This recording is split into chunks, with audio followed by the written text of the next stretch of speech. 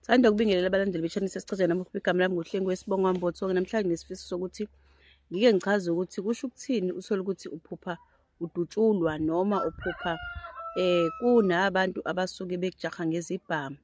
Lalela-ke, mangabe bayakujaha bayakufuna ngezibhamu noma bakwakhela into ethize nje ekhombisayo ephusheni ukuthi wena bayakufuna ngenhlamvu noma bayakujaha ngazo izibhamu, qonde nje ngisesibhamini kahle kahle.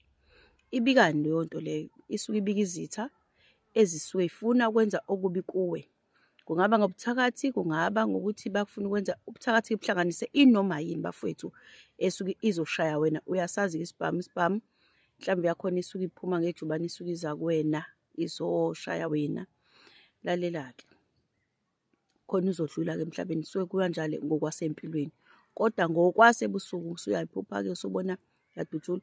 Kubikwa ukuthi kunezinhlelo noma kunezinto abasuke ezenziwayo, kunemithi, kunezilwane, kunayo yonke indlela abasuke benza ngayo ukuthi kuwe kangalungi, azingalungi izinto kuwe, futhi mawugule ungenani ulale phansi uzudlule emhlabeni, suke kukanjalo.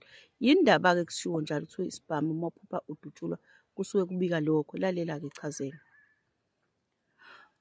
Insimbi iyinto esuke iqinile noma ngizokuchazela kanjani?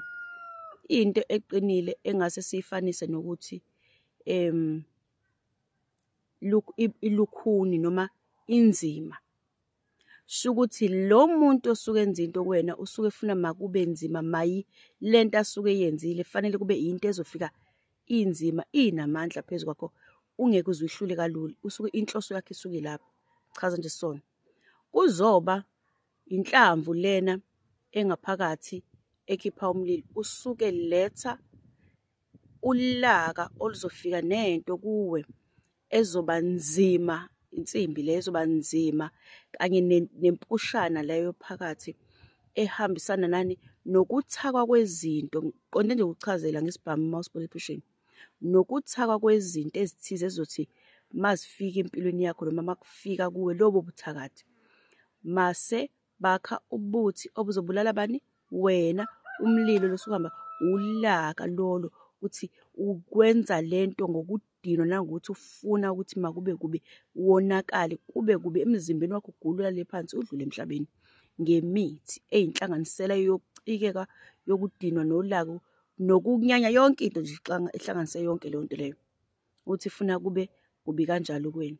Uyabona, mawuphupha nje umuntu ekudubula bokwazi ukuthi uthakelwe izinto ezingase zibe nobunzima, njengoba ngisho insimbi, nobunzima kuwe ukuze ukwazi ukuyilungisa lento esuke sikwehlele empilweni yakho. Ngenhlanhla-ke imvamisa lezi zinto eziningi zazo ngoba zisuke ihamba ngemimoya engalunganga, ngoba kuke kwakuba nangisho ohlekayo uthenene mangithi khona ngisho umoya obuthakathi wahleka wathi, hawu khona ngisho umoya obuthakathi. Yebo, njengoba sekuthunywa izinto ekulaleni kwakho suke ethunywa ngomoya wezilwane ezingalunganga, uthunywa imoya yezipoki engalunganga-ke bakwethu. Ngaleyo ndlela kusuke kuwumoya wobuthakathi obusuke kuqondiswe kuwena ukuthi mawenze njani wena, mawugule uthunyelwa izinto ezizokwazi ukuthi kube kubi kuwena, ungaphili, uhlukumezeke emoyeni wakho noma uhlukumezeke emzimbeni wakho nasempilweni yakho, ugcine-ke usufa. Inhloso yabe isilapho ngenkulunkulu nangemoya abantu abangasekho, nangonkulunkulu ngomoya wakhe nangey'ngilosi zakhe. Leyo moya emibi ike ihluleke-ke ugcine usutshengiswa ephusheni. Umthetho wakho wena umuntu owakhelwa uzungu lobuthakathwa nokuphonswa noma ingane ngemithi esuke izokwazi ukuthi ikubulaleke.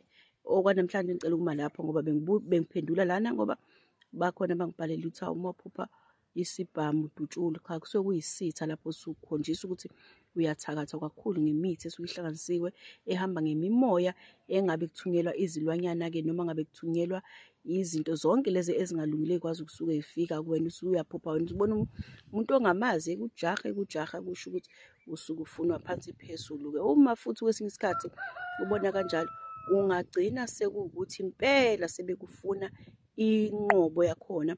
Uma futhi uthola ukuthi sekukhona nabantu obaziyo, kusho ukuthi basuke bekuhlelela-ke itulo lokuthi wena ube njani, udlule-ke emhlabeni.